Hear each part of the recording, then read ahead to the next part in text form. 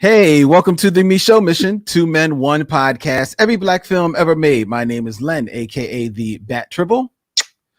And as always, I am joined by my partner. Hey, this is Vincent Williams. Tonight, ladies and gentlemen, we are very proud to present to you, as we continue bringing you our December month of Christmas films, Queen Latifah and LL Cool J in Last Holiday from 2006. And helping us review this film, which she selected. Maybe we selected for her. I don't even remember. You kind of did, but that's okay.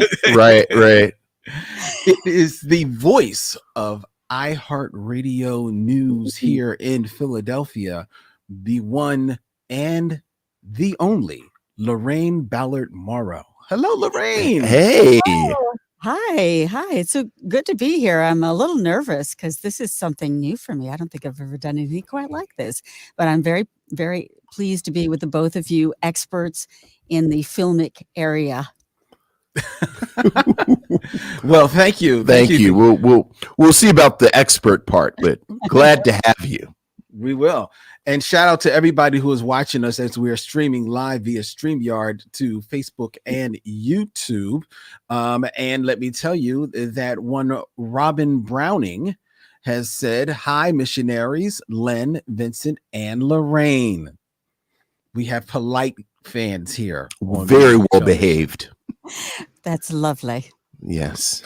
All right. So for you regular watchers of our live stream, we're going to throw you a little bit of a curveball tonight, as we are going to start the show with our review of Last Holiday. But never fear, we will be reviewing the film and then letting Loraine go to enjoy her rare day off. Yes. In Philadelphia. Before we get into our top 5 and 6 degrees of D'Urville Martin. So we know how much you look forward to our games of play. So they will be coming later on. Shenanigans deferred, not shenanigans denied. There you go. Well put, Vincent. Well put. All right.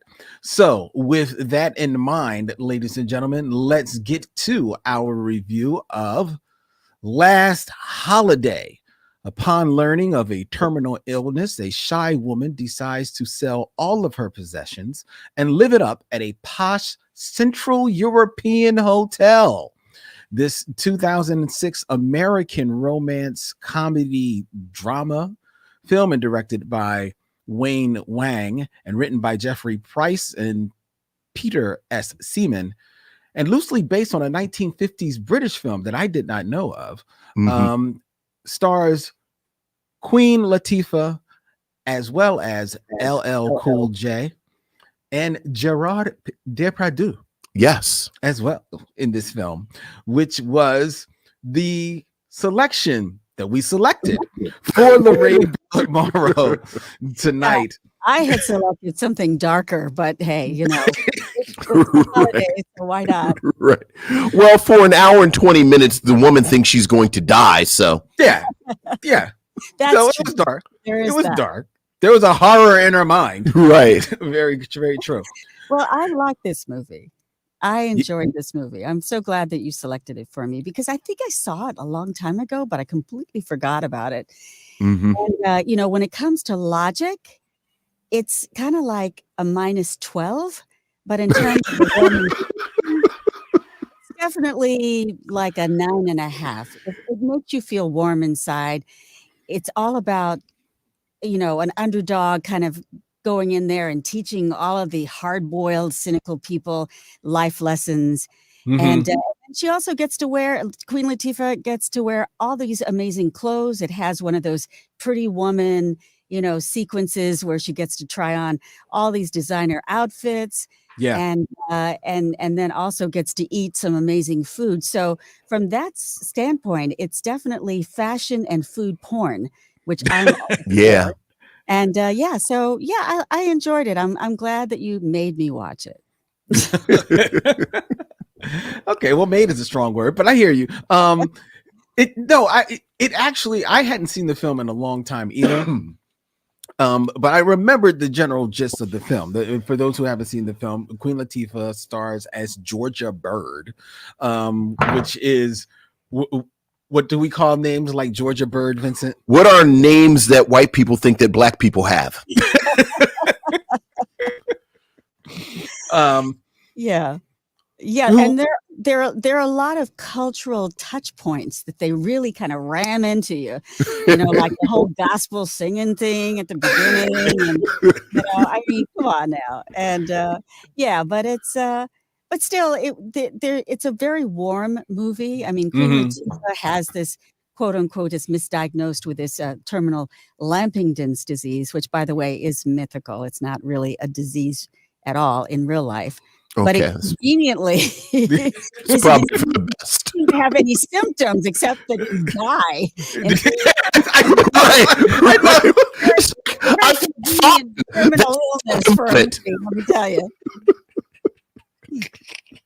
It's very true. Very true. I'm in the peak of health. Yes. I'm sorry to hear that. That's one of the symptoms. Yeah, I look fabulous and, no symptoms whatsoever. And I can enjoy my last 3 weeks of life perfectly well, but I'm going to die. I'm going to drop dead. And she gets to go to this place, this apparently a well-known spa city in Eastern Europe. And it is fabulous. It is just absolutely gorgeous. If you're going to have a fantasy, and this is, of course, a fantasy. Yes. You're going to a place that charges $4,000 a night. The only available suite is the presidential suite. And she gets to, I was just getting all the feels when she snuggled into her bed. I could feel those 2,000 thread Egyptian cotton sheets that she was snuggling up with and the down and all. So it was really, that was very cool. And of course, she becomes the life of the party, the life of the entire hotel just loves her because she's so unaffected and warm and has no pretensions whatsoever. Right. Yeah. So yeah, that's pretty cool. And it's actually very cool because it would have been very easy and very rote for in that scenario because she's a very buttoned up woman in before she is diagnosed. She works at a department store, which for a film set in 2006. I don't know about y'all, but in 2006, department stores were already on their way out. Well, put a pin in that. Go ahead. They had already pretty much kind of like died out. And she was working at a department store that was packed with people. So to me, I thought I was watching, I think this is a 1950s film because this is not how department stores operate. Then so she's working in this department store. She's going gaga over LL Cool J, who plays Sean, who has his eyes on her as well. And they are just these two puppy dog people that can't look each other in the eye, who totally shy, totally like insular people, which is totally not Queen Latifah or LL. So they're definitely playing. They're both definitely playing against type. Yeah. Right. Totally. Especially LL Cool J, man. He's like so sweet and gentle and shy. And oh my God, that is you rarely see him portray a character like that. Or Queen Latifah for that matter. She's usually really bold and fierce. And absolutely. And she also has all these unfulfilled dreams. She has possibilities. She has her book of possibilities. Yeah. Possibilities of all the things that she wished that she could do, but never has gotten the gumption to do, which of course changes when she gets the diagnosis. Right. Of course. Right. Now she has to embrace life. Yes. In a way that she hasn't. A little stalkerish when you look into your book of possibilities and she's cut out LL Cool J's face. Right. Well, we're going to hand wave that. Yeah, that was a little bit, stalkerish. Right. I don't know how many hands we could wave at that, Vincent. I mean, we waved 9 hands on this diagnosis that you're going to die, that no one checked the machine. Well, first of all, this is the world's greatest department store that has a CAT scan machine. Yeah. Another interesting, why? We just happen to have our CAT scan. It's a used CAT scan, which is probably why it malfunctioned. But Which is why it's not working. Right. right. So she cashes out, all of her investments and her 401k and everything to go on this fabulous trip, and she ends up in the same hotel that the owner of the department store is at, who's trying to cut this deal with this congressman and the senator, this congressman who's supposed to be at the church for one of the Sunday services, but somehow never made it because he's out skiing with the rich people. So that's a little side, plot thing that's happening there. And and of course, the owner is with his mistress, who of course is a married guy, and the mistress is hanging out with him at this hotel. Yeah, it is a very charming film. Yeah, there are some things, and we've talked about this before on the show, Vincent.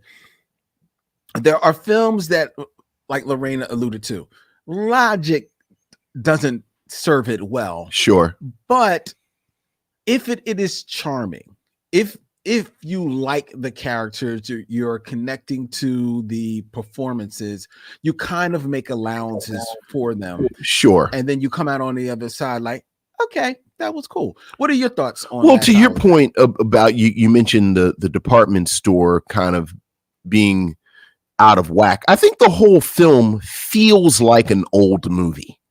Like this feels like a movie Jimmy Stewart would have made. Yeah. In 19 or Doris Day. Or Doris Day and there's a lot of charm in there. This sort of notion of a mistaken identity where no one can figure out who she is. When even in 2006, I don't know if the smartphone technology was up to date enough that you could look at someone's Facebook, but I kind of like that.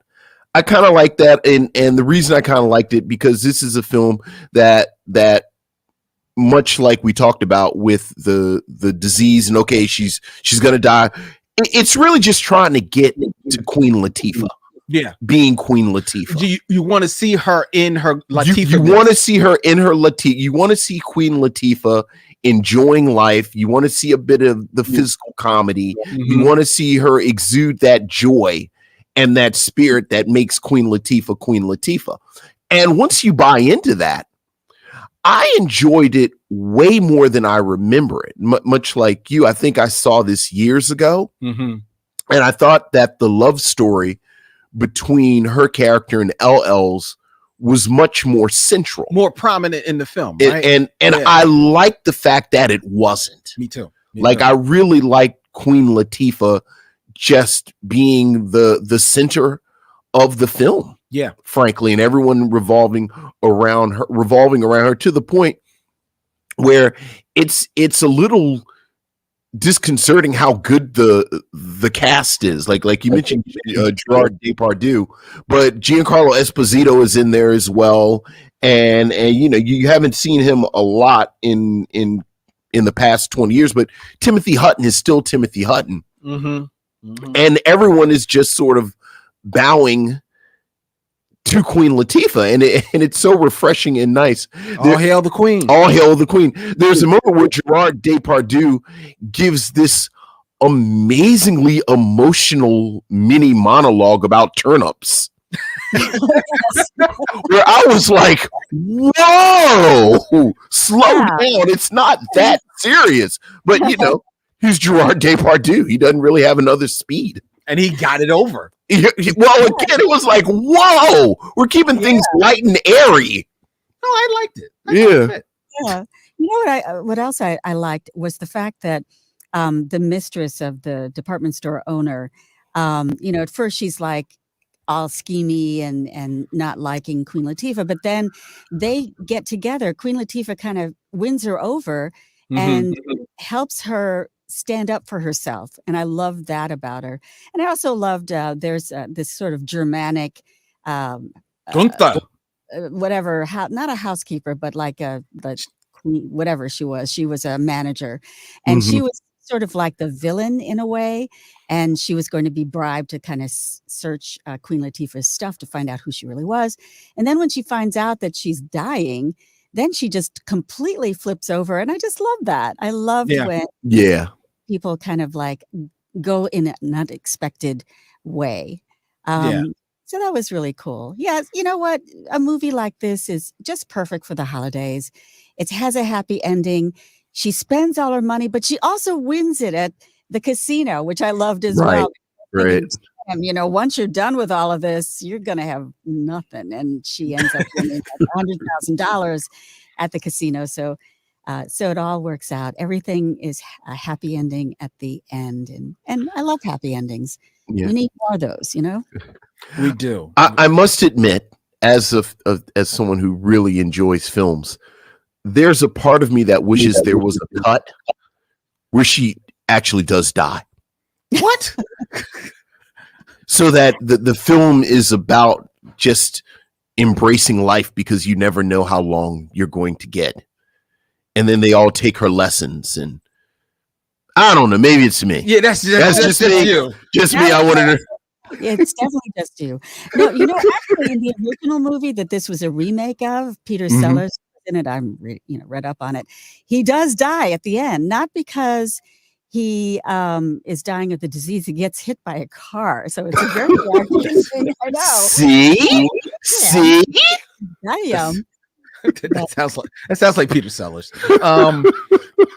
Yeah, Vince, that's definitely just you that wanted to end on a downer note.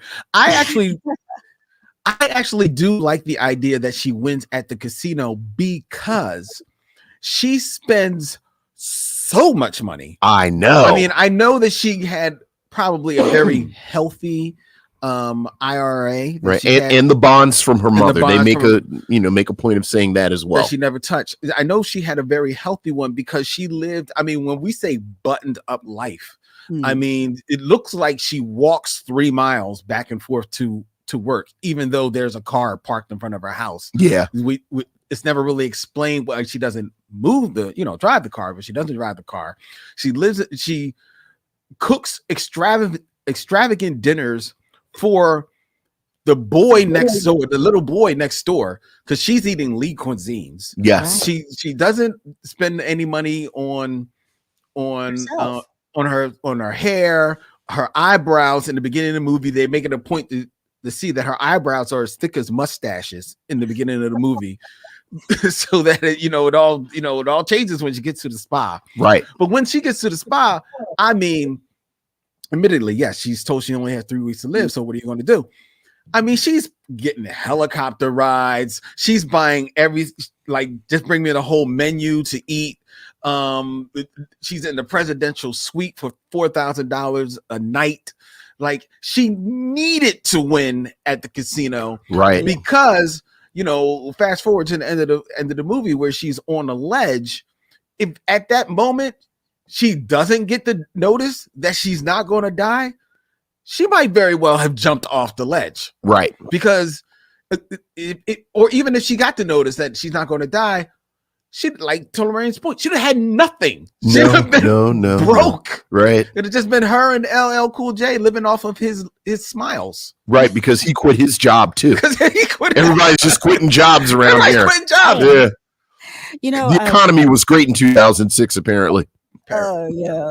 So a little side note: this movie had been the script had gone through a bunch of changes, and originally John Candy was in the Queen Latifah role, if you can believe that. But they had to switch things around because John Candy passed away. Right. And they gave the script. The script landed on Queen Latifah's desk, and she looked into it, and that's all she wrote. So originally it would have been John Candy, if you can imagine that. That would have been a whole different movie. I could actually kind of see that because let's face it. There is a lot of physical comedy that is in this movie, right? Yeah. And physical comedy is more often, given to the actor, the male actor, to perform.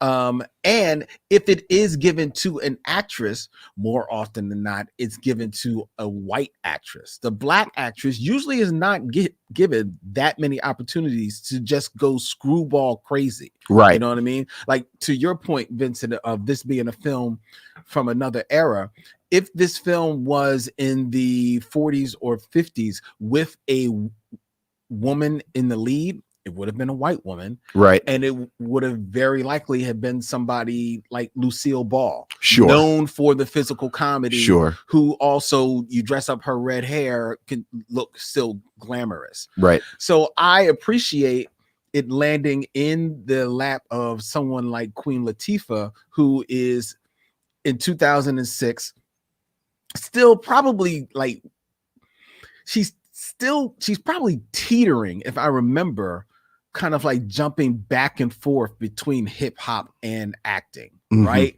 But certainly starting to lean more into the acting, and this being a role that gives her the opportunity to show everything, to show her comedy, to show that she can, get over a dramatic line, and to show that she has the chops to be sold as a romantic lead. Now, to be fair, her and LL don't share a lot of scenes together. And to be honest, I don't think that they have a lot of romantic chemistry between them. But it's still, you do feel for her. You do feel the pang of romance and love from her. And that's not easy to get over. So this was a nice vehicle for her. I think you have to shout out Queen Latifah for a lot of different things. Number one, she was, this is a real crossover kind of movie. I think it's a movie that appeals to a very broad and general audience. And Vibe magazine said she was the first female rapper to cross into TV and film, and she definitely broke barriers. And I think she was the first hip hop female artist to win an Academy Award nomination for Best Supporting Actress. So she broke a lot of barriers. A little anecdote. I met Queen Latifah when she was just starting out. So as you know, I started out at Power 99 in 1983. And we had, this thing called Powerhouse, which, back then, I think at that time, it was in the 80s, it was at the old Civic Center. Yes, it was. So, yeah, it held about 10,000 people. And Queen Latifah was one of the headliners. And so I interviewed her backstage. I was talking to her. She was still very young at that point.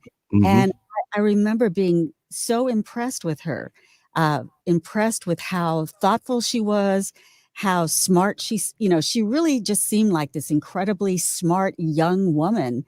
And I remember just walking away from there thinking, wow, she's really special. And, back then, there was her TV and film career was non-existent. She was just as a hip hop artist or a rapper. But she was very impressive. She was one of the headliners back in the old school days of Powerhouse at the Civic Center back in the 80s. Wow. Think about that. That's in the 80s. Yeah. 2006 is 20 years later. She's a very vital, prominent actress, rapper. And now here we are, 2022. There are probably, it's fair to say that there are probably one or two generations that may not even know that she was a rapper. They may only know her. How about that? Isn't that crazy?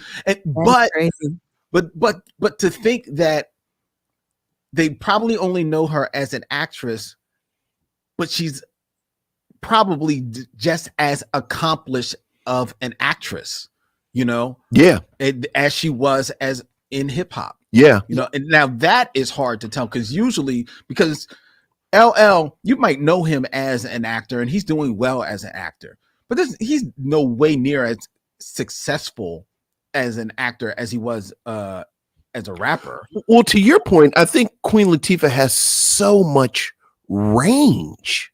Like you said, and just thinking about her not in 2006, thinking about her right now, where there's a second or third year of The Equalizer. I think it's, yeah. as you've mentioned, she has the acting chops to be in serious Oscar bait type films. She's hilarious, both as a physical comedian and just getting across, the timing to be a comedian. You think about all the work that she did on Living Single. Yeah. So she has, it's such a great career. I know. And it's a career worth celebrating. And I'm telling you, like, I could pick nits at this movie, but at the end of the day, it is just so freaking charming just watching her navigate. Well, here's a question, and this for everyone, for you and Lorraine. Why do you think we don't talk about this movie? Like, I feel like this movie has sort of slipped through the cracks. Well, I think it's probably having a little bit of a revival because it's on, I think, where did I see it? Did I see it on HBO Max? It's on Paramount. On Paramount, right? So, it really isn't in the top holiday movies that you think about offhand, but I think it belongs right up there in the Hall of Fame for holiday movies because it's really got all of it. It's got, in fact, I prefer a movie like this to the schlock that you see on Hallmark Channel. I think this has a little bit of grit to it. It has a lot of warmth, and it's a feel good movie. It makes you feel warm all over, and in times like this, you need movies like that. That's true.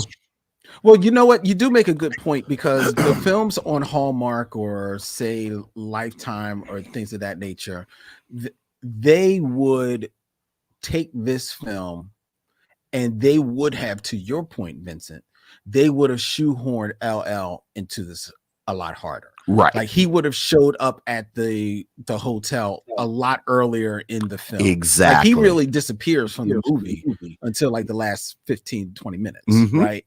So they would have really forced that romance hard, and also, let's face it, they wouldn't have had the budget to actually go to a hotel to film the movie as well. So that certainly lends a certain authenticity to a lot of those scenes.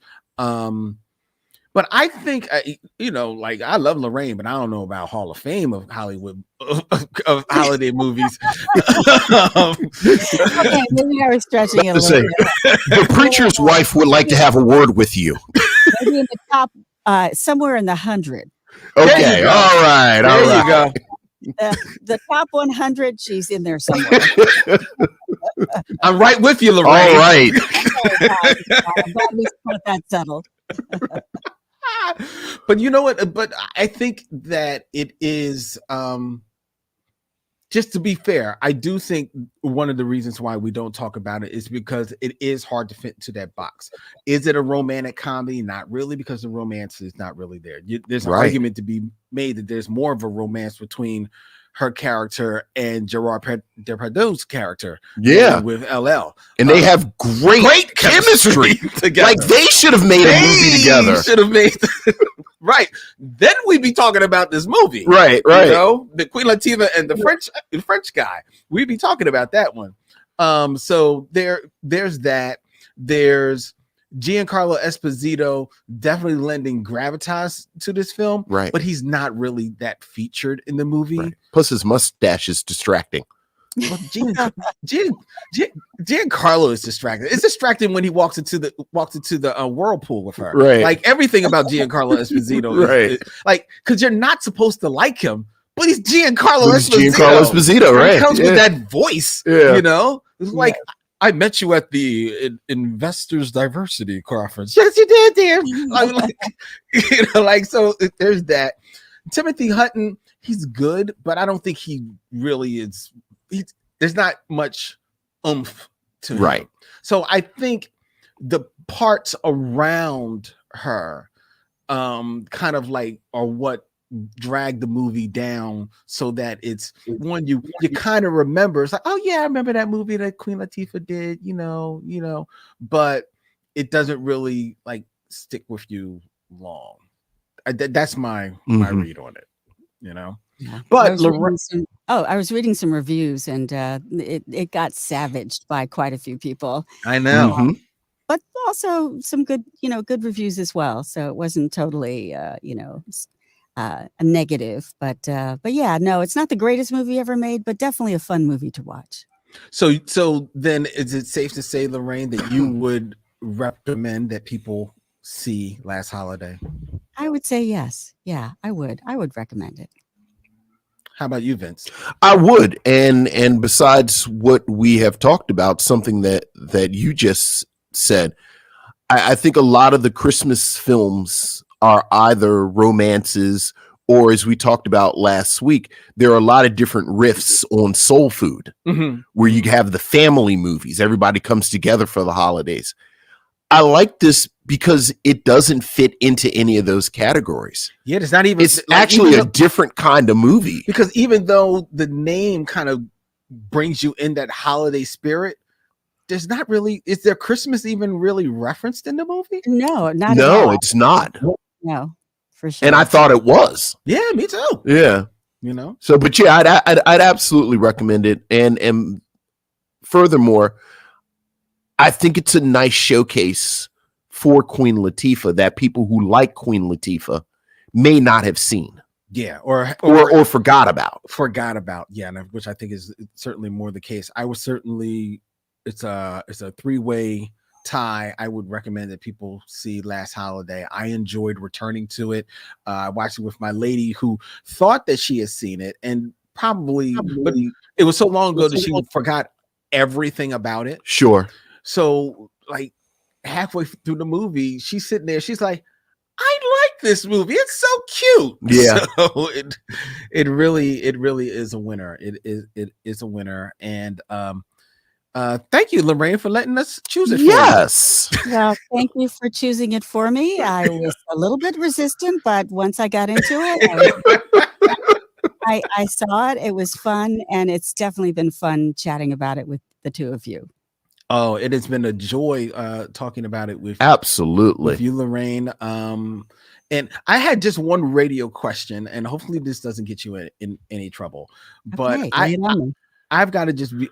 It's a compliment and a question, because you mentioned that you were first for a long time the voice of news on Power 99 FM, which for those outside the Philadelphia area for a long time was the power hip hop and R&B station here in Philadelphia. Still is, but it was like it in the 80s and 90s, it like dominated. It dominated the pack. And it ran counter to another radio station here in Philadelphia, WDAS 105.3 FM, which was certainly more adult contemporary soul music here. And as fun and as wild as the hip hop was on Power 99, and it was lively. But when Loraine would come on with the news, and ladies and gentlemen, you've heard this amazing voice right now. When her voice would come on, I would be like, she needs to be on Power like 105.3. Right. She needs to be on WDAS.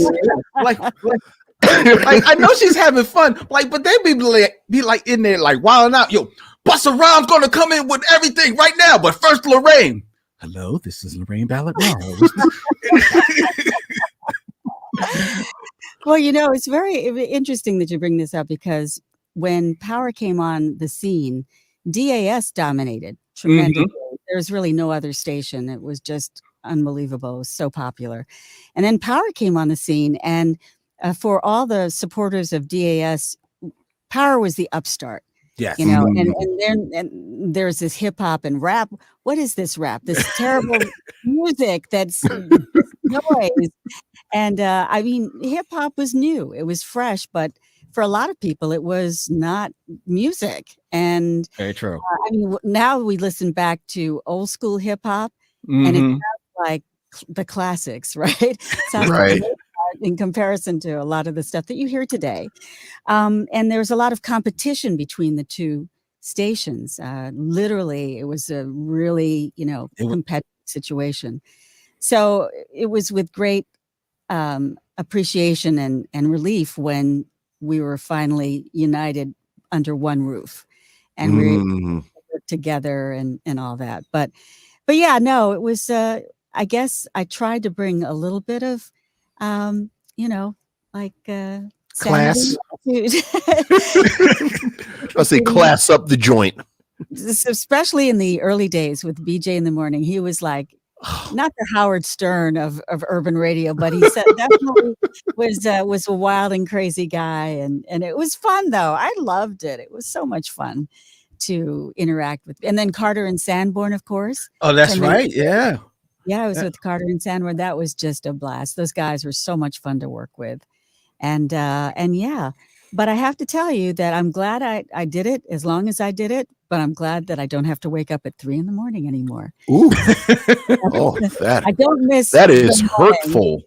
Oh, that was painful. That was painful. But I'm sure it was. But it was fun. Loraine, thank you so much. Yes, and, thank you. Appreciate it so much. I hope that when we come a calling for you to return to the show, that you will be feel moved to come back and share another movie. This time we'll let you select it. Yes. Listen, I would be delighted to come back. You guys are fun. You're knowledgeable, and I'm happy to come back anytime you ask me.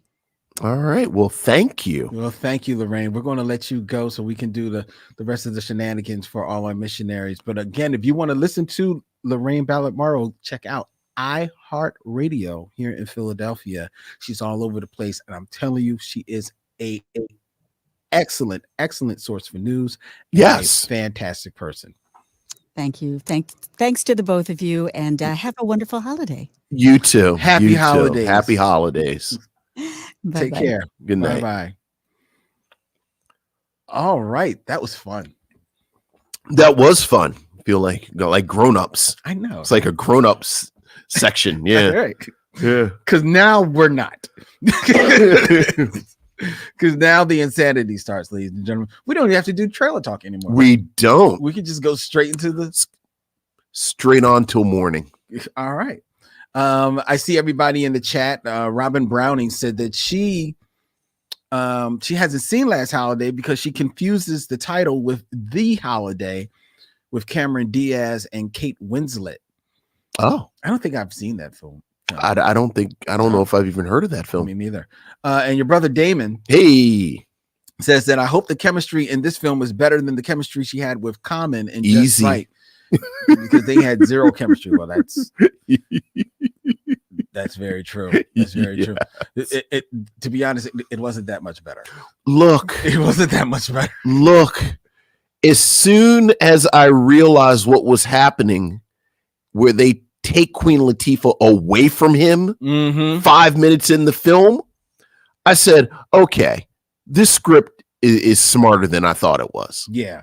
Especially, it's interesting because it's almost like you get the sense, and I didn't go here with Loraine because I knew she was on the clock. Mm-hmm.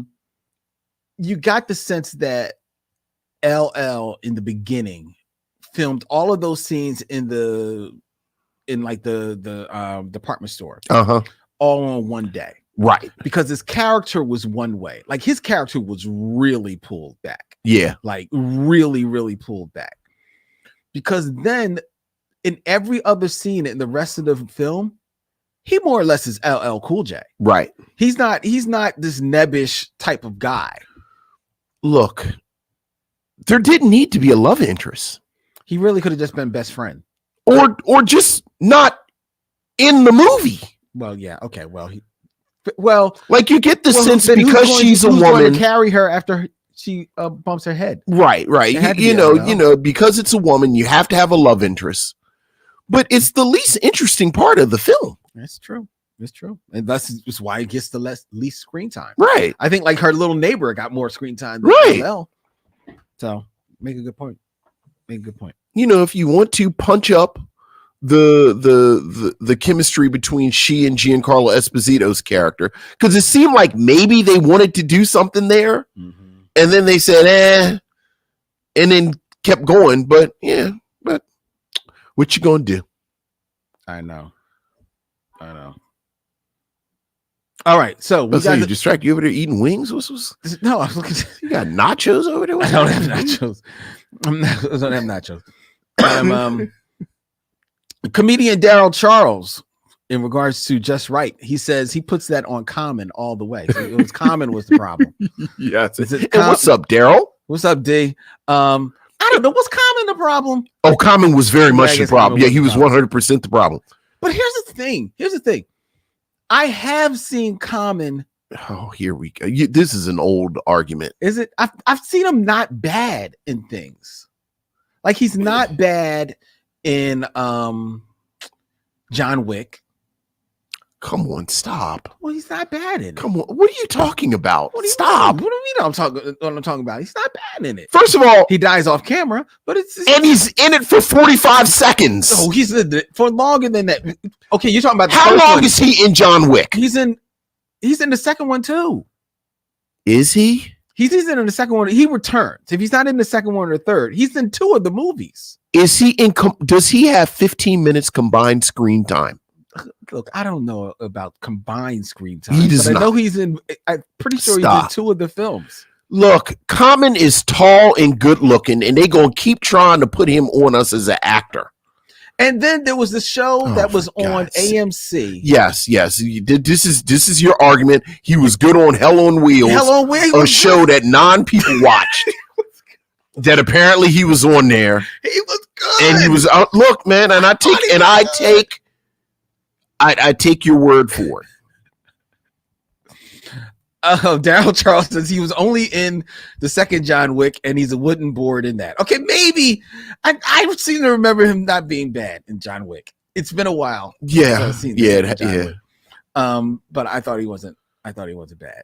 Okay, maybe he's not a great actor. Look, look. I like Common. I like most of Common's music. I wish, well, you know. He hasn't done anything in a long time musically. No, no. Hey, man, get your check, Common. Has he done anything since he broke up with Serena? Look, I don't keep up with them like that. I don't know. Serena be breaking men. Look, all right. Her and Erykah Badu. Yes, move it along. Okay. I'm not giggling. Do we have a letter? We have a letter.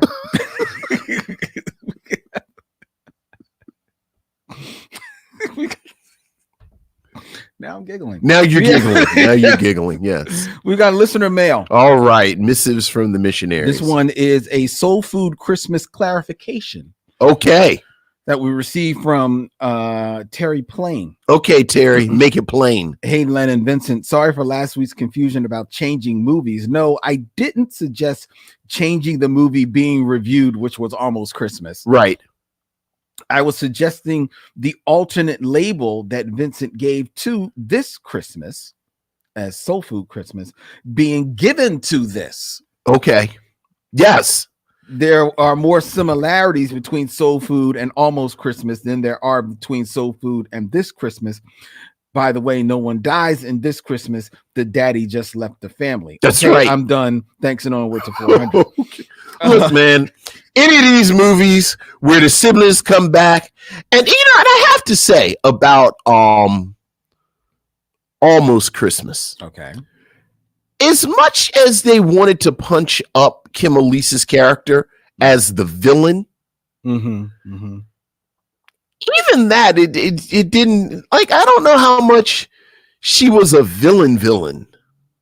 I don't think, see, that's the thing. I don't know if I read her as them trying to punch her up as the villain, as opposed to just she and Gabrielle Union's character. Yeah, just having like, a sister. Yeah, thing. Usually in these Soul Food Christmases, it's like it's like the Anne Marie Johnson type character. Like, I'm just super bougie and evil, and In this movie, in Almost Christmas, that would have been the Nicole Ari Parker character, but she's given nothing to do. She's given nothing to do, and was apparently fine.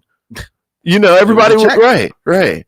Like, you expect her to say, I don't use paper plates, and is this domestic? I don't even know what would be domestic, but it just sounds like something that character would say. Is this domestic? Talking about, I don't know. chicken wings or nachos, or I have a taste for bar food. You do? I do. You know what I really want? What? I really want some fish and chips. Fish and chips? Yeah. Like from Britain, Chris? Fish and chips? No, just from like a pub. I just have a taste for bar. I've never had. Okay, let me. While we're here, fish and chips. And this is my fault. This is totally my fault. This is 100% my fault. Whatever's about to transpire in the next 2 minutes is my fault. Fish and chips. Yes. Right? Yes. It's fried fish. Yes. And French fries. Yes. Right? Mm-hmm. Now, what is typically that fish that is fried? I don't know. Yes. See, because it's been maybe cod. That's it has to be like but I don't know. A rather inexpensive fish. Right. Because my history with eating fish and chips, which is not often, is that it usually is this big puffed of fried dough almost with a little bit of fish in the middle. Right. And it's not good. Okay. I've never had a hankering. Never had a hankering. You've got a hankering. Like, where do you go when you get like? It's a couple of spots here in Philadelphia that are like actual like. I probably have like pubs.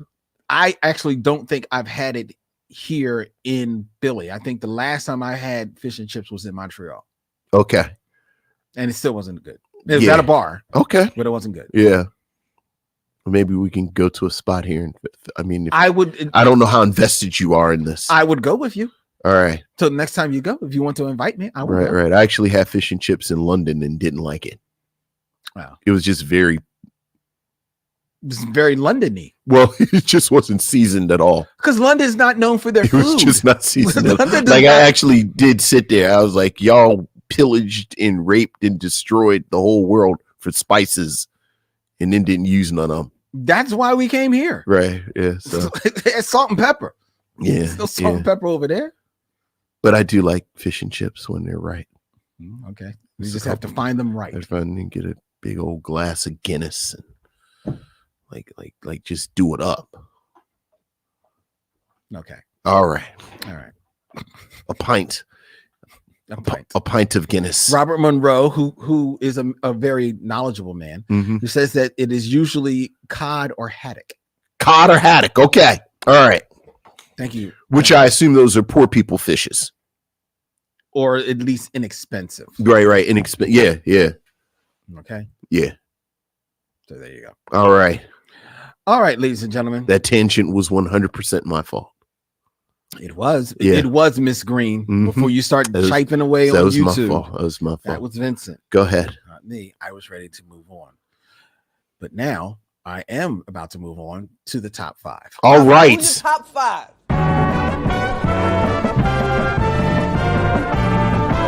My top 5 is. My top 5 is. My top 5 is. My top 5 is. My top 5, ladies and gentlemen, tonight, Vince, I think is a good one. Okay. I think it's a good one. All right. Missionaries, you be the judge. All right. Because tonight, my top 5 are the top 5 soul Christmas movie songs. Okay. In order. Okay. I feel like we've discussed this before over the years. But never at Christmas. But okay. If we did, it wasn't a feature. Okay. All right. So it doesn't count if it was a tangent. There you go. Now it's actually in the official record. Exactly. Excellent. Number 5. This is actually ranked. Okay, ranked. So number 5. This is Lynn's list. Yes. Number 5. All right, go ahead. But I think this is a definitive list. A definitive list. All right. Top 5 soul Christmas. All right. Number 5. Coming in at number 5. Santa Claus is coming to town. The Jackson 5, 1970. That's it's a solid one. It's a very solid one. And I'll tell you why this one actually, for me, tops, because this is the Jackson's 5 only appearance in the top 5. This tops the song that a lot of people probably would go to, which is "I Saw Mommy Kissing Santa Claus." Yeah. And I think the reason people like champion that song is because that song is seen as uniquely the Jackson 5. Right. Like and it's a kid's song. It's a kid's song. Yeah. And theirs is considered like the definitive version of it. Yeah. While there are multiple versions of Santa Claus is Coming to Town because it's a holiday tradition. Sure. But I think that the Jackson 5's version of Santa Claus is Coming to Town, because it is kids singing the song, is the definitive version of that song. Okay. It's Michael Jackson as a kid, is the Jackson 5, most of them except Jackie, as more or less kids. They are joyful and jubilant in the way they are singing. You can hear their smiles on their faces as they are singing this song, and it feels very celebratory. Yes. And when I would hear it when I was little, my sister would play it. It made me feel like that was the song that at that time when I was younger made me feel like, oh, Christmas is for me too. Oh, this is my song. Brings you in. Yes. So that's my number 5. It's rock solid choice. Can't Okay. really fight with that. All right. Now, number 4. Number 4. Let It Snow, Boys to Men with Brian McKnight. Oh my God. Okay. Look. Brian McKnight wrote the song, so if he wants to sing on the song, you can't do anything about that. Boys to Men, beautiful harmony. Nobody can't knock Boys to Men. Hey, we in Philly. I take all that bass up my voice, but please continue. And it just feels I love their harmonies on it. I love the melody. It is a song that I can sing year round. And like it's a song, like I have a playlist on my Spotify which is called Sing-Alongs, and these are all songs that when they come on I just immediately start singing. Like I sing the song, and this is like probably one of the most played songs on there all year round. All year round. August, you're singing "Let It Snow." I absolutely love this song. I think it's soulful. I think it's beautiful. I think it does fit the holidays because it talks about, being outside. It's snowing, but let it snow because I'm inside with you. You know what I mean? And to be fair, one of my favorite Christmas songs, but it's not by a black person, is "Let It Snow." Right, which is historically done by Dean Martin. So this is kind of like the soulful, even though it's not the same song. It's a totally different song, but it's the same title. This is like the soulful idea of that same sentiment. Let it snow. Feel like you should have like a mustard colored blazer on now. Why? In a mini mock turtleneck. Why? It sounds very 90s. Okay, well, I mean, the song is from 1993. Yeah, I know. Look, I would have guessed that. Look, you will find there hasn't been a whole lot of innovation in Christmas songs in the 21st century. Yes. Because there's nothing here from the 21st century. That's not my fault. Why are you saying that so loud? Like you saying something? Was somebody supposed to be making some new Christmas songs? Well, you would think to somebody. Why? So first of all, people always make Christmas songs. I know, and it's usually a bad idea. That's not true. Usually. Okay. Like usually. Okay. Not all the time. Not necessarily. But usually. Okay. Like if you were a betting man and you said, hey, I have a Christmas album with an original Christmas song that was made after, let me see, last original Christmas song that like it was like a group of Christmas songs. I don't even know. Like well, are you just keeping it in the genre of black music? Or you going? No, outside? right, music. Like after 60, whatever. Like a bunch of new Christmas songs. Like a bunch of them. Well, no. See, Like for every This Christmas, which is like 1970, whatever. 1970, actually. Yeah, it's like 37 billion songs that is like, why? Like, why are you singing this? Okay, let me continue down. All right, go ahead. Get into this. Go ahead. But, all right, number 3. All right. From 1994, All I Want for Christmas Is You by Mariah Carey. Oh, Lord. Jesus. That's a fun song. I mean, if I'm at Target, sure. The problem with that song for you and for a lot of people is that it gets played all over. Okay. But that's not her fault. Sure. And that's not the song's fault. Your list? It's the definitive list. This is going to be the Micheaux mission list. Yeah, I don't know if we're not going to go that far. Well, you're not going to make the graphic. So Right. It will be. But see, that doesn't reflect badly on me. That'll reflect badly on us. Which then is on you. Right. All right. Just avoid yourself. So you got 5 slots. Mm-hmm. And you've used one of them for Boyz II Men and Brian McKnight. And then you use another slot for Mariah Carey. These are your slots. Mariah Carey, that's a very great song. It's a great song. All right. It's joyful. It's holiday. Mm-hmm. You know, yes. Is it ubiquitous because everybody plays it all over? Again, that's not the song's fault. Okay. If you just take the song as it is, it gets you up and singing. It's a beautiful sentiment. All you want for Christmas is you. Yes. It's beautiful. Anyway, right. All right. I know we're going to have discussions afterwards. Now, number 2. No, not many, because I don't even know how much we can discuss this. Go ahead. Number 2. Silent Night from The Temptations. Oh, okay. 1970. Yes. Because this, again, the definitive it's perfect version of Silent Night. Yeah. Is The Temptations. Yes. It's a no-brainer. Perfect song. That's it. It's perfect. Perfect.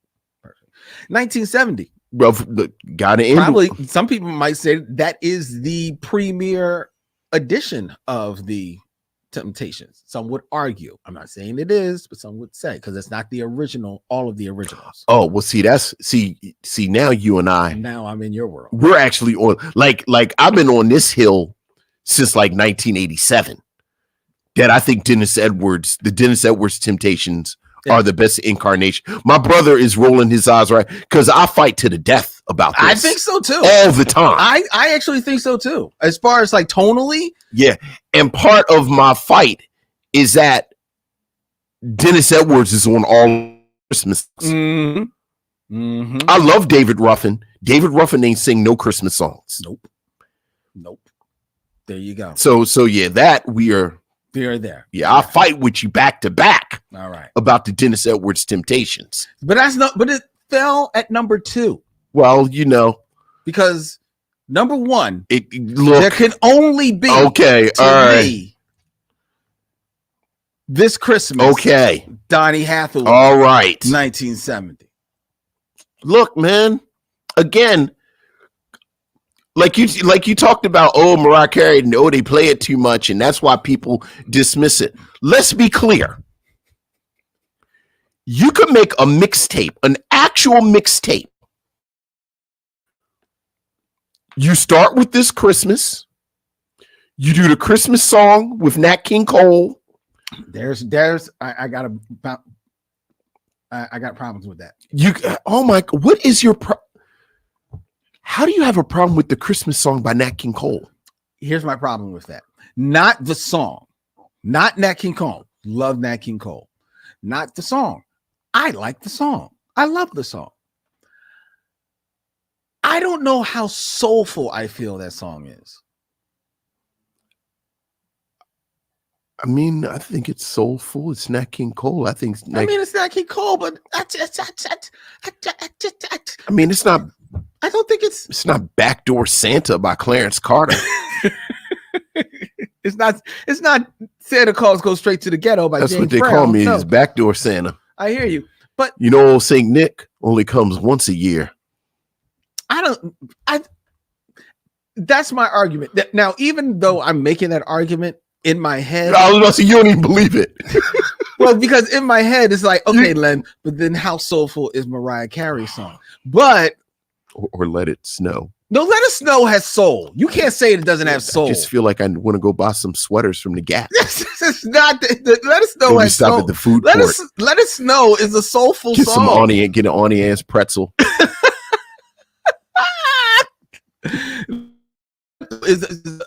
is definitely a beautiful song. Maybe like go to Cold Stone. Somebody's on Facebook. I can't see their name. Thank God, because they said throw this list out. Lynn, and I say this with all love, half of the list is terrible. No, it's not. No, it says I think they're talking about the Mariah Carey song, that it's the perfect song to go shopping to. And perhaps it is, because it'll be playing, so you don't have to worry about that. Let's see what else is. Robert Browning says that Otis Redding didn't make it honorable mention. What is the Otis Redding? Otis talking about Otis Redding's White Christmas. Sounds like they just burnt the studio down when it was finished. Like he sang White Christmas and then they just set the whole studio on fire because they said this is as good as it's ever going to get. Oh no. Otis Redding's White Christmas? Otis. No. Who are you about to say? Who else? Who sings the definitive White Christmas? You actually believe it's Otis Redding?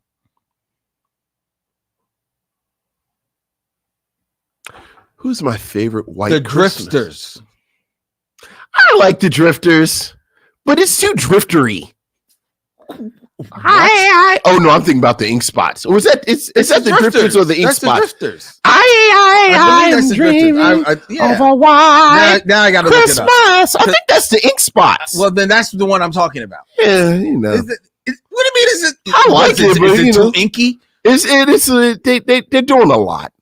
They're singing the song. Yeah, they're doing it's a lot. harmony. It sounds like they're on the corner. They're doing you a can't lot. get more soulful than sounding like you're singing the song They're doing around a barrel. They're doing a lot. I like it. They're keeping warm. But they're doing a lot with it. No. Are you kidding me? That is, trust me. Is that the Ink? You don't even know who it is. Is it the Ink Spots? It's the Drifters. I Is knew it the was. Drifters? It's the Drifters. All right. It's the Drifters. And it almost made my list. The only reason I didn't make my list because I was trying to keep my personal feelings out of it because it's my number one. Right. Like, it's probably number two after that's your number. Christmas. No, it's just But that is the definitive. I don't even know, and I like Otis Redding, but I don't even know Otis Redding's White Christmas. Like I know the Drifters' White Christmas, and that's the White Christmas that I hear. all right. That's the one that Loraine plays on the radio. Yeah, I know. Or iHeartRadio plays. Yeah. They don't play. Nobody plays Otis. I don't even really want to talk to you because you were talking about Mariah Carey and Let It Snow. What is wrong? What is your problem with Let It Snow? No. Don't you like? You like 90s music? You know. Again. What should I have made My Gift to You by Alexander O'Neal? I love the fact that Alexander O'Neal just made a whole album of original Christmas music. I know he's Like, I love the audacity. one of these gonna hit. Sleigh Ride. No, record this. This a hit. Sleigh Ride. I love Alexander. I love the fact that Alexander O'Neal has an entire Christmas album of original Christmas music. He got a hit out of it. He got a couple of hits out of it that they play. Really, I don't even know My Gift to You. My Gift to You, Sleigh Ride. I don't really. I really don't hear Sleigh Ride. Oh, what is the Sleigh other Ride one? I hear is TLC. No. Yeah. It's what is the other one? There's another Alexander O'Neal Christmas song that they play. That is like, why does Alexander O'Neal have so much original Christmas music? Now, Robin has pointed out that Otis Redding "Merry Christmas, Baby." Now that's a good song.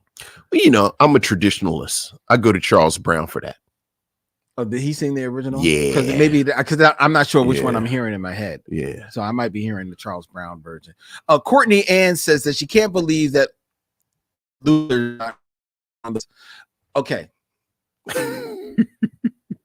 I'm gonna be quiet because I like me some Luther Vandross. Because I'm playing around with this Boys to Men like somebody won't bust up in here and murder me. So I'm gonna just be quiet. I do love Luther. some Luther Vandross, but I actually think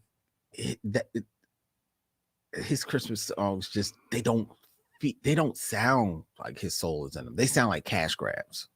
Oh, to me, is that what Lynn Webb said? Not Vincent Williams. Such a strong opinion for someone who had Mariah Carey on their list. Because Mariah Carey sounds like she's having fun singing the song. Luther sounds like he's just easy. Easy. He's counting the check. Oh my goodness. He does to me. I like that one song. It's very 90s, but you know. Ashy Feet is pointing out that Moore's Day and the Time did Sleigh Ride.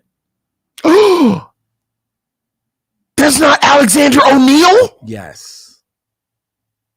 Wow. I mean, you know. See, I didn't think he used to be in the Time, so there you go. That's why it all sounds alike. I knew he only had the one, like, wow. He only had that one gift. I have learned.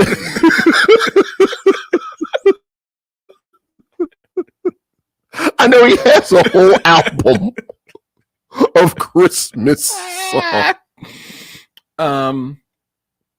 Oh God. Your brother is pointing out that nothing from the OJs made it on here. It's a lot of stuff that didn't make it on here that Lynn didn't. All right, what besides that? Wait, you said My Gift to You. What else? Yeah, you try. He does do Sleigh Ride. Oh, maybe he does a version of it. Maybe he does do a version of it. What year did his album come out? 80 what? Because it was right when he was popping. Because he had to get it out there. It is 1988. Yeah, there you go. I knew it. It had to be 80 something. So he did Sleigh Ride. Where are the other hits besides The Gift? Because Sleigh Ride was not a gift. Was not a hit. Was Remember Why It's Christmas a hit? No. If you don't remember, it wasn't. Right. It's interesting though. You look at the Jimmy Jam and Terry Lewis. Sure, they gave him some throwaway hits. Right. I'm just saying half of the time is on there. Like that. So it's like Jimmy Jam, Terry. Let me see. Is anybody else?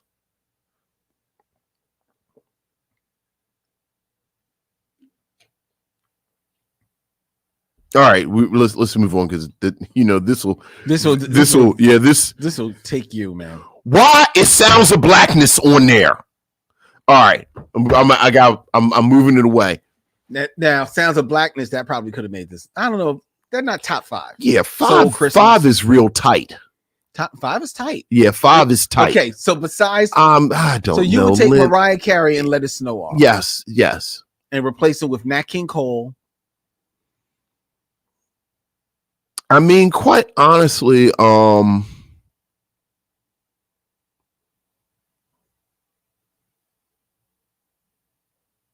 might put Run DMC on there. Yeah, somebody was mentioning that Christmas in Hollis. Yeah, I might do Christmas in Hollis, which my problem with Christmas in Hollis is I love the song. It's just short, right? Because I get a twofer. Because I do absolutely adore Backdoor Santa. But and the Charles Brown stuff just makes me think of my dad. So Charles Brown would definitely show up. So Please Come Home for Christmas. Or Christmas Comes Once a Year. Like I actually was talking with Wendy a couple of weeks ago where I realized Christmas Comes But Once a Year is actually my favorite Christmas song.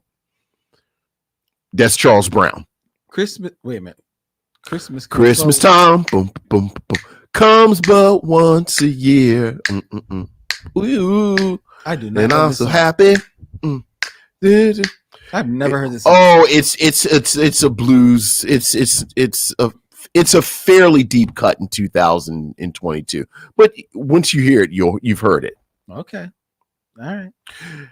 I've been repeating the line from it for the past 2 weeks for obvious reasons. It's going to take 6 months to pay these bills. Every time I think about it, it gives me chills, but I don't care. Christmas comes but once a year. My brother's grooving right now because we're sitting in the house listening to Charles Brown. There you go. All right. What about anything from Stevie Wonder, like Little Drummer Boy, or Here's my Someday at Christmas? Here's my controversial take. I don't really like Stevie Wonder Christmas songs because I think most of them are depressing.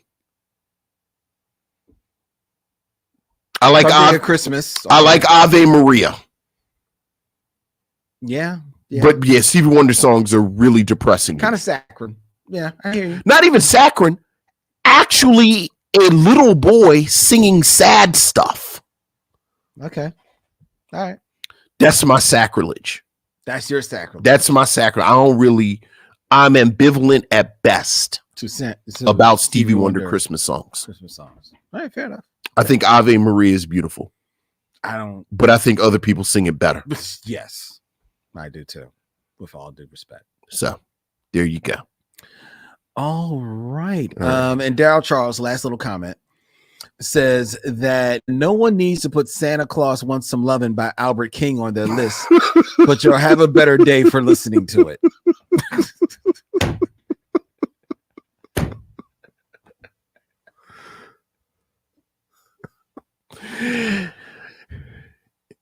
In Backdoor Santa, Clarence Carter says he ain't like old Saint Nick.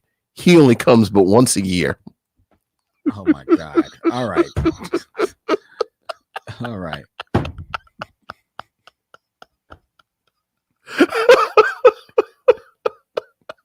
Backdoor Santa is so nasty. I don't even know how they allowed him to make it. A peek into the days of Little Vincent, as your brother Damon, your sister is a lover of soft R&B and jazz. So of course she likes Brian McKnight. Yes. And what Let It Snow dropped, she played it over and over again. And her brothers, you and Damon, hated every second. Yeah. Oh yeah. Oh yeah. So that's why it's a trigger for you. No, now I understand. It's also kind of cheesy, but all right. It's not anyway. All right. So this has been fun. That's been a top 5. I knew it. I knew it would be a great segment. I knew it would be controversial. So that was that. And now it's time for you to redeem yourself, Vincent. What do you mean redeem myself? I'm not the one over there that put Mariah Carey on a list and didn't include other people. Go ahead. With the game, I am deemed. I am fully deemed. I don't need to be redeemed. I'm deemed. All right. But before we get into the Game of Kings, ladies and gentlemen, I want you, especially all of you out there who are watching the live stream, to remember to come back this Thursday, this same time on this same YouTube for Ripples in Time, our Kindred podcast. Yeah. Where Vincent and I are joined by Ariel Johnson and Charlene Griffith to review episode by episode the Kindred TV series that just dropped today. I know. On FX and Hulu. Have you watched it yet? I have not watched it. Me either. I'm almost scared. I've been waiting for it for so long. I know. I'm almost scared to turn to it. I know. I'm not going to watch it until I probably won't even watch it till Thursday. Yeah. So it'll be fresh in my mind. But we're going to reviewing episode 1 this Thursday at 7 p.m. on YouTube, as well as on our Facebook group streaming live, and the audio podcast will be available on Friday morning for all of you out there who follow us on Apple and Spotify. Ripples in Time, a Kindred podcast coming your way. That promises to be a lot of fun. And don't forget that the Micheaux Mission is going to be screening The Outside Story at our live performance at City Winery in Philadelphia on Saturday, January 21st. Tickets are on sale now at citywinery.com/Philadelphia. Check it out. Tickets are going fast. All right. All right, Vincent. All right. It is time All right. for what we like to call the Game of Kings. Game of Kings. That's the key. Why, you would be surprised what a person can do with just a sensitive touch and a sensitive sound.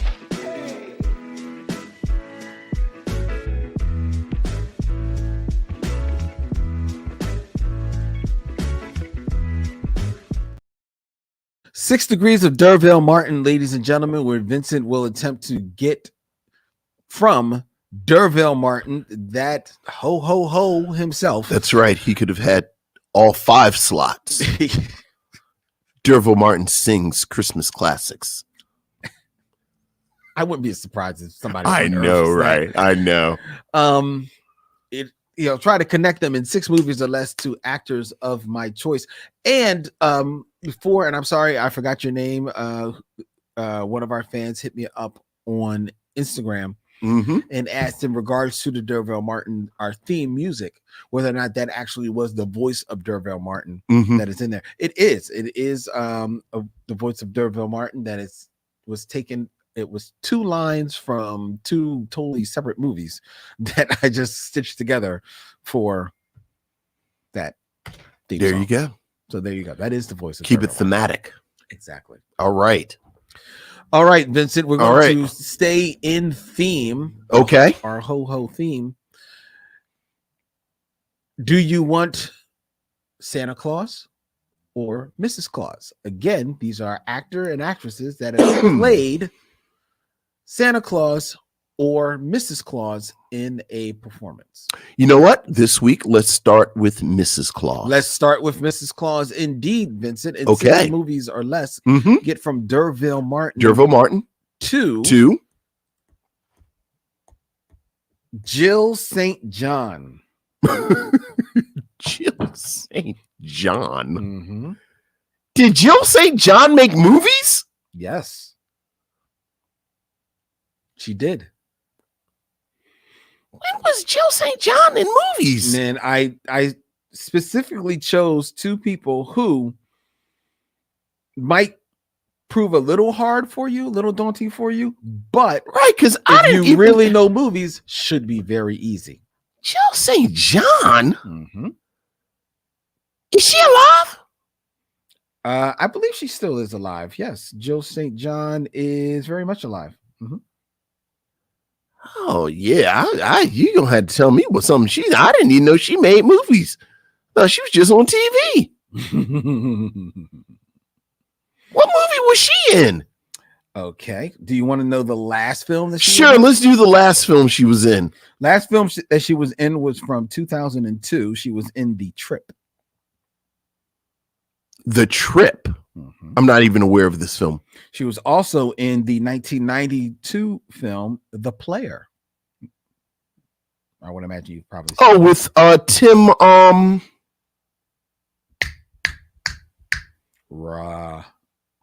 not Tim Roth. No. Tim Raw.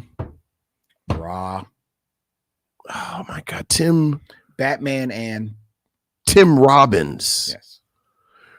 Who was she in The Player? She played Jill St. John.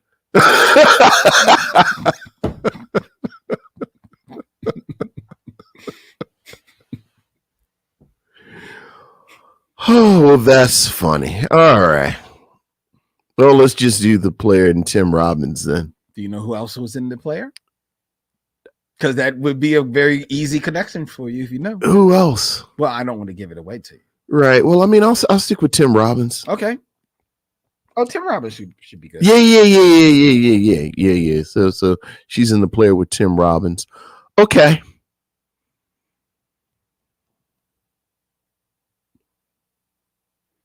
All right, let's have a little fun. Derville Martin is in The Final Come Down with Billy D. Williams. Billy D. Williams is in take your pick, but let's keep it musical. Billy D. Williams is in Lady Sings the Blues with Richard Pryor. Richard Pryor is in Superman 3 with Christopher Reeves. Christopher Reeves is in Street Smart with Morgan Freeman, who is, of course, in The Shawshank Redemption with Tim Robbins. Very good, Vincent. Figure get Superman 3 and Street Smart in there. We don't go there that often. We don't. Who else was in the player that would have been easy? Whoopi Goldberg. Whoopi Goldberg sure is in the play. Didn't she play herself? That's a good question. I don't know, but I just know she was in it. Yeah, but Jill St. John. What else was she in? Something that I would have said, "Oh wow, look, it's Jill St. John." Yes. What? Diamonds Are Forever. She's the Bond girl, and that is a Sean Connery Bond. Jill St. John was a Bond girl. You have just taught me something. She was, in fact, the first American Bond girl. 1971. Well, it was worth it for that. Jill St. John was a Bond girl, and the first American Bond girl. And yes, how about that? There you go. Well, very good, Vincent. Right. Because old girl was in Live and Let Die, and that's Roger Moore. Is Diamonds Are Forever his last movie before he circles back around? His last Bond before movie? He comes back around. Yeah. Is it? Yes. It's his last Bond film. Right. Yes. Okay. Yes. All right. That's a good one. There you go. All right. And just to let people know, she played Mrs. Claus in a TV movie in 2014 called North Pole. Boy, you really digging into these people who played Mr. and Mrs. Claus. I just wanted to know. Hey, look, it's December. All right, so Jill St. John. So that was your Mrs. Claus. All right, who plays Santa Claus? Get from D'Urville Martin to Ho Ho Ho, Jonathan Winters. Jonathan Winters. Now, Jonathan Winters shows up in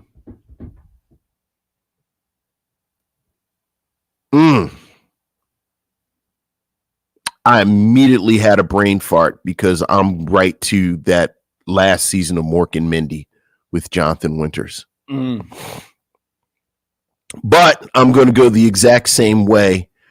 It's not going to be as entertaining. But it is sort of thematic because I'm going to land. Okay. All right. So this is what I'll do. Okay.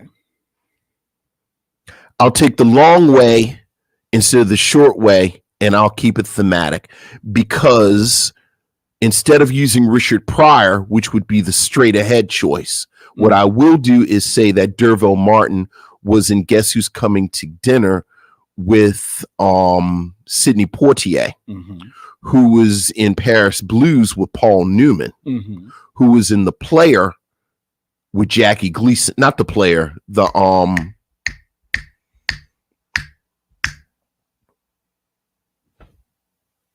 not The Hustler. Is it The Hustler? How did I just forget the Pool Shark movie? Yes. The Hustler with Jackie Gleason, who's in The Toy with Jonathan Winters. Is it Jonathan Winters in The Toy? That's a good question. No. I'm 100% wrong. Yeah. It's not Jonathan Winters. This is where Jonathan Winters is. Okay. I think I know where you're. No. You know exactly where I'm going because he plays a character that seems like he should have been in The Toy. All right. So this is what I'm going to do for that. D'Urville Martin is in All right, I hope I'm not too cute. I'm gonna try and be cute. D'Urville Martin is in The Final Come Down with Billy D. Williams. Billy D. Williams is in Empire Strikes Back with Harrison Ford. Yes. Harrison Ford is in The Fugitive with Tommy Lee Jones. Tommy Lee Jones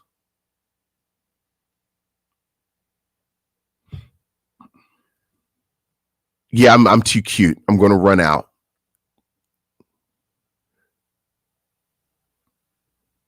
All right.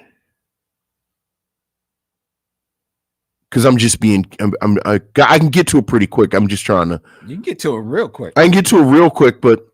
You can get to them in 2 moves. Oh, yeah, it's not going to be 2 moves. D'Urville Martin.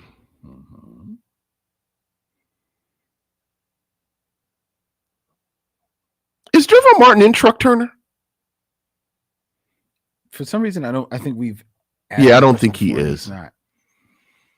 Yeah, I can get to him. I'm just playing.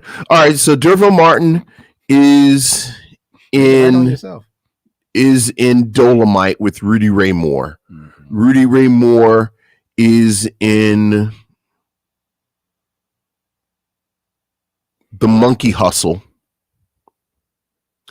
with Yaphet Kotto. Yaphet Kotto is in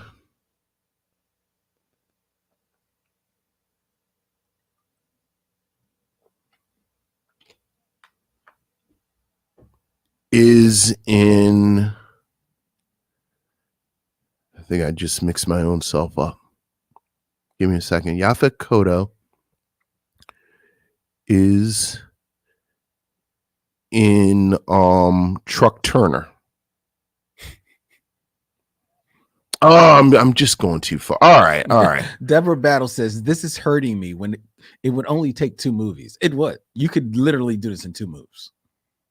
To get to Jonathan Winters? Yep. I told you. It's ones that it would be really easy, but you got to know. All right. Well, you know what? Let's just do Dick Anthony Williams to Eddie Murphy. Oh, no. Well, that's actually longer.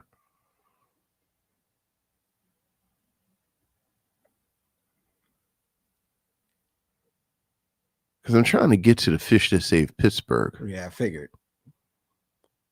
I mean, but there's only really 2 names in that. Because Doc doesn't do another movie. And I know you don't know a Stockard Channing movie. No, actually, I was going to go through Young Bull? 6 Degrees of Separation. Again, to keep it thematic. So I was trying. Oh! Boom! Boom! D'Urville Martin is in Hell Up in Harlem with Fred Williamson. Fred Williamson is in 3 the Hard Way with Jim Brown. Jim Brown is in The Hit with Donald Mother Truckin' Sutherland, who is in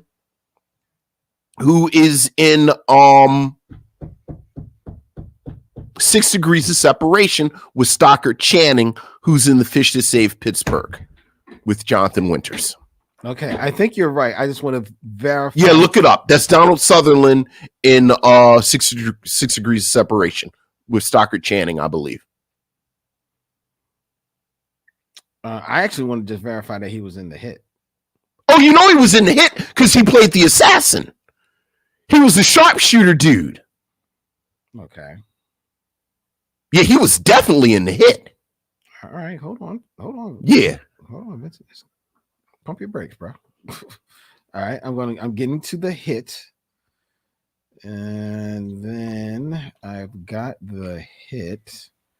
And now I'm going to go. Come on, stop this. Stop it. I hear you on the chat, but I've got to verify this for myself. I got to verify it for myself. The hit. Why is this not even coming up? Oh, First of all, I knew that's why it's not called The Hit. It's called The Split. The Split. You're right. You're right.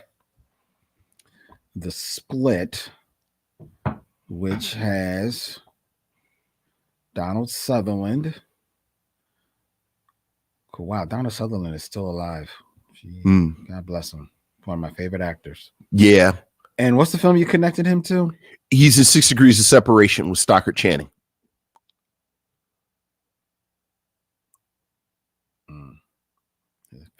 Shit. You know you've been around a long time when your filmography is a separate listing on Wikipedia. 6 Degrees. That's about what, the 80 something? It's maybe like 89, maybe. Yeah. 6 Degrees, 6 Degrees, 6 Degrees, 6 Degrees of Separation, 1993. Yep. Okay. With Stockard Channing. Got it. Who was, of course, in The Fish That Saved Pittsburgh. Very good, Vince. But I could have gone in 2 moves with Donald Sutherland. Excuse me, Donald Sutherland. Derville Martin was in Guess Who's Coming to Dinner with Spencer Tracy. Okay. Who is in It's a Mad, Mad, Mad, Mad World. You and your with mad, Jonathan mad, Winters. mad world. Yes. Boom. Yes. Goes the dynamite. Yes. But I was really trying to, what I was trying to get to, and I probably could, I was trying to get to Leonard Nimoy to get to Donald Sutherland in one of the movies that scares me more than any movie on earth, which is, of course, the 70s remake of Invasion of the Body Snatchers.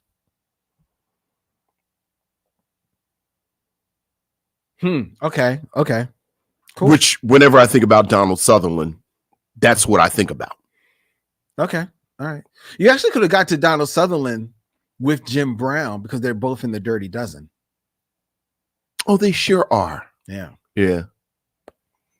I was just remembering that. It's like, that's right. He's in because he fakes being the colonel. Love that movie. But Jonathan Winters played Santa Claus in. He played Santa Claus in 2004, Santa versus the Snowman. Animated. Direct the video. The video presentation.